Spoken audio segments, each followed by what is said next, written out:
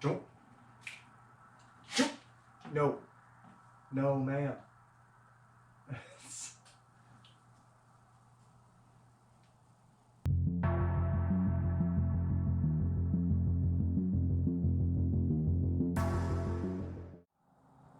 Hey guys, welcome back. Pardon the lack of light. This is kind of an impromptu repair. We're replacing the coolant temperature sensor on my truck, and I'm going to show you a little neat trick, and I hope it works.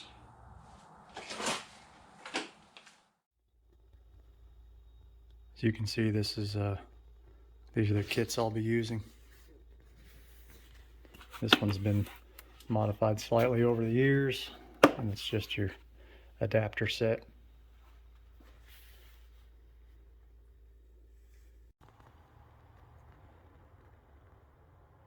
And that's the part number for the adapter, if anyone is interested. As you can see, the sensor is nestled right there under the intake, or under the intake plenum rather, next to the throttle body. I believe that's right next to the thermostat as well. I'm not 100% sure, but pretty easy to get to. Alright guys, so what you see here is my Venturi coolant refiller system. I'm going to be using this just to hold a vacuum on the cooling system while I replace our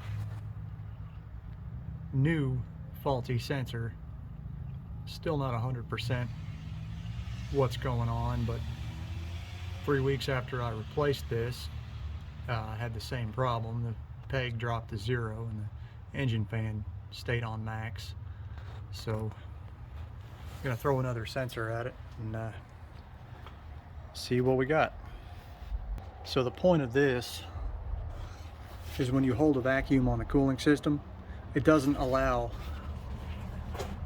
very much fluid to escape when you open the system up. But with this being a top mounted piece, I think we'll have some good luck here. First things first, unplug the thing, get it out of the way. This particular size is a 19.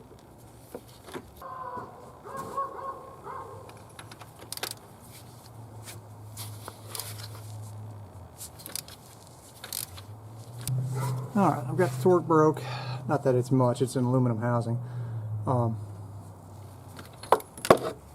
I'm going to get the new sensor ready, and I'm going to start the vacuum. I'm going to put some rags down in here just in case, which I'm sure we're going to lose a little bit.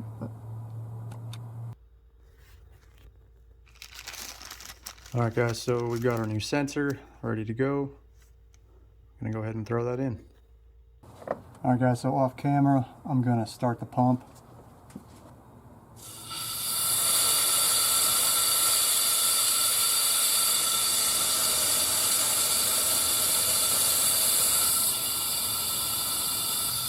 Alright, so I've got it at about 20 inches.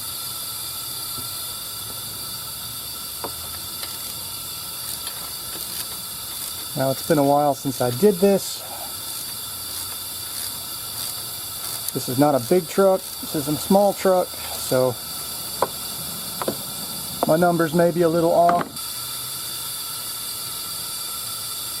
If it's too big of a mess, I can turn the pressure up. I'm at about 20 inches of vacuum.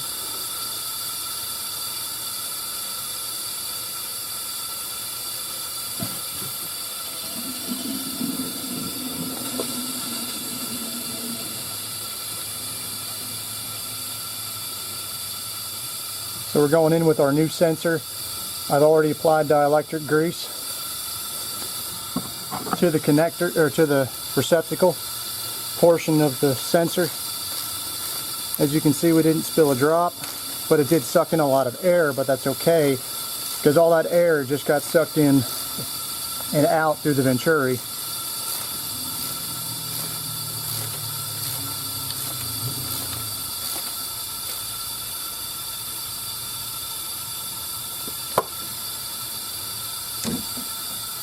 Well, now we simply plug everything back in. I wanted to double check these terminals to see if they're spread, but these things are just so tiny. Not too worried about it.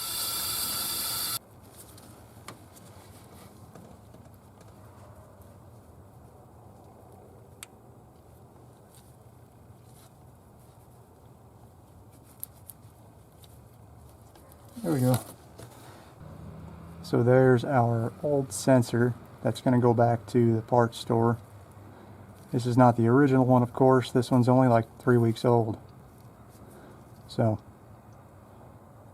just have to wait and see how long this new one lasts.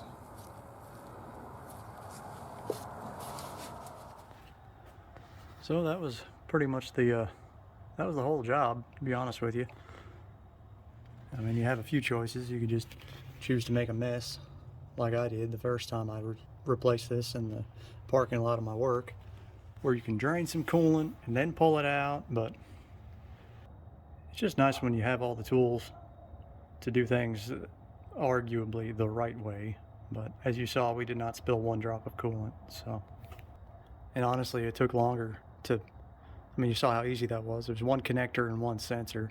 I mean, it took longer to get my compressor kicked on and run the airline out here and get all the kits out from where they are and set up on here. But on a bigger job, it's, you know, it's arguable really. You don't see a lot of videos of guys using these, but for small little stuff like that, it's very convenient.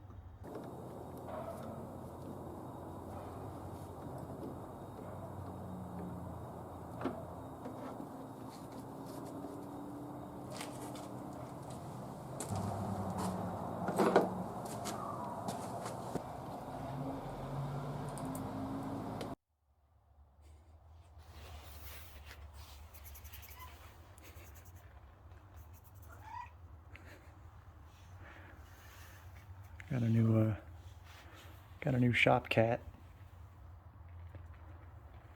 maybe.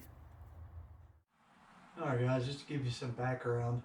So what had happened about 3 weeks ago, I was pulling into work, shut my truck off, was walking around the front of it, and I noticed my engine fan was running full blast.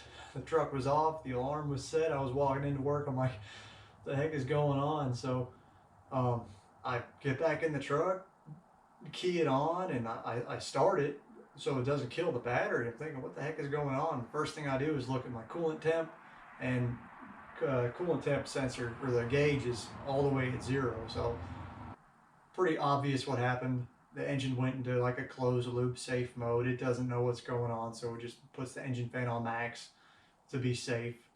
Why it was doing that with the truck off and me walking away from it, I don't know. But so I actually had to unhook the battery, and I ordered a new sensor, and they delivered it. So I made a mess in the parking lot. I tried to be quick and swap it out really quick.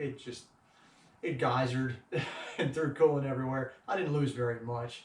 But I'd say maybe half a quart, if that. But I always keep coolant in the back of the truck. So I topped it off, whatever, but went on my way. Everything was fine after that. And 3 weeks later, I'm pulling into the shop again, and same thing. Out of nowhere, I parked my truck, and I noticed my engine fan's running again. And I key it back on. The temp gauge is pegged out to 0. I'm like, so, you know, these days it's, and I didn't get a genuine AC Delco GM part number. I have the bag right here with the old one in there. I mean, it's a genuine GM product. It's not even the AC Delco packaging. It's right from GM. So I don't know what happened there. Maybe it got dropped and it had some internal damage. But same deal. I unhooked the battery. I figured I'd deal with this later. Had them order me a new one. I'm going to turn that one in tomorrow for the warranty credit. But I thought about it, as you know, I had a feeling that after work I was going to hook the battery back up, and the truck was going to run and drive fine, and it was going to start reading temperature, and it did. I even ran a few errands on the way home, and it didn't have any issues. I was a little reluctant, but I still replaced the sensor anyway. So I mean, that's not really telling me anything other than, hey, when that element in there is heating up, it's maybe it's got a smaller tolerance because it's damaged in some way. Um, why did it do it in the morning and not later in the afternoon? I don't know. There's no real rhyme or reason to it. I didn't really feel the need to troubleshoot any further other than just throwing a new sensor at it. These days, that is kind of the first thing you want to do. I mean, you could test out the ohms, but I don't really know what the right threshold is on a sensor like that for this particular application, because everyone's going to have it set up a little bit different. It's hard to really bench test a sensor like that because it has a filament that changes shape more or less with whether it's hot or cold, it expands or contracts. So you'd need to have it pulled out of the engine anyway, and next to like a known good one, or at least know the threshold. Hey, at this temperature, you're supposed to have this ohm reading. And even then, you could have a sensor that, okay, it's testing out fine, but once it's actually back in the vehicle and it's going through all the vibrations and the heat cycles of it, it may be dropping signal anyway. It might have just a weak connection internally. So something like that, $40 for a brand new OEM GM part. Just throw one on there. Again, in our situation, I went with a brand new OEM GM part, and it seems to have failed 3 weeks into service. So you know, luck of the draw, I guess. I'm not going to lose any sleep over it, but you know, now it's like, well, how long is this new one going to last? I got 115,000 out of the one that came with the truck. Jeez. But anyway, so that's pretty much what led to tonight and me making the video on this. Kind of wanted to show you the coolant dam setup. I thought that was pretty neat. Otherwise, I really wouldn't have made a video of this. Alright guys, so you can kind of see what I've got set up here. This is the old sensor, the one that's original to the truck. See the ohm readings? That doesn't necessarily mean anything to us at the moment because I don't know what it's supposed to be at whatever temperature it is at the moment. So again, we're about 61.8 degrees Fahrenheit, and we're at about, on our multimeter, we're at about 3.4 kilo ohms. So if I just simply grab this and hold it in my hand,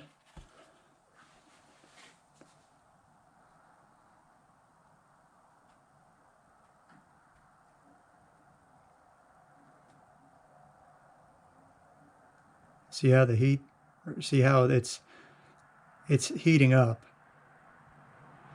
So it's getting less resistance as it heats up. That's just an example of how these sensors work. There's a fine piece of metal in there. So the metal expands and contracts and changes the resistance in your sensor, which of course equates to a voltage reading on the 5-volt reference side back to the, on the ECM, which of course transpons over to your cluster, and then you get a readout on your gauge.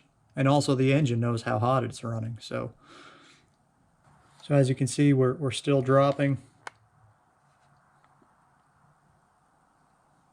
So I'm going to go ahead and let off of it. It's still going to drop slightly.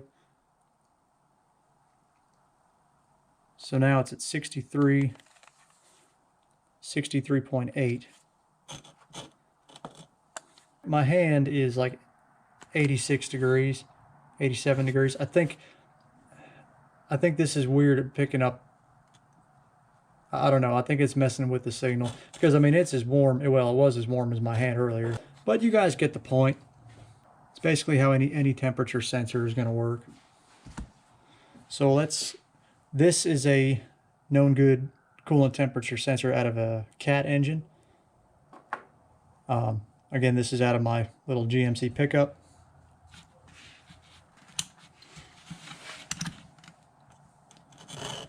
Undo our banana clips here.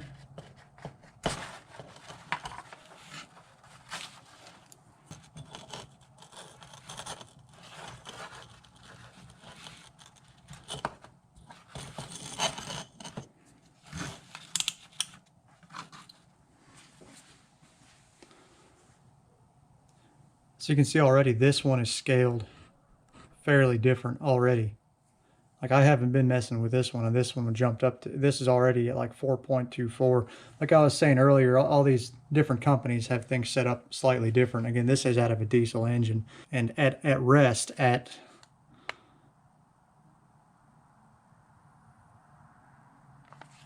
62 degrees, it's at 4.24 kilo ohms. So 4,240 roughly. So now, as all I'm going to do is grab this again. You can see how quick and how fast it's dropping compared to the other sensor. Now that doesn't necessarily mean much. You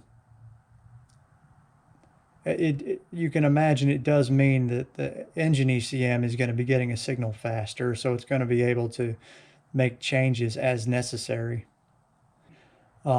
But it is something to take note of, that not all these sensors are the same, even if they screw in and plug in the same. I mean, the OEMs do their best to where that doesn't happen, but you can occasionally get a sensor that has nothing wrong with it, but it's not the right sensor for your application.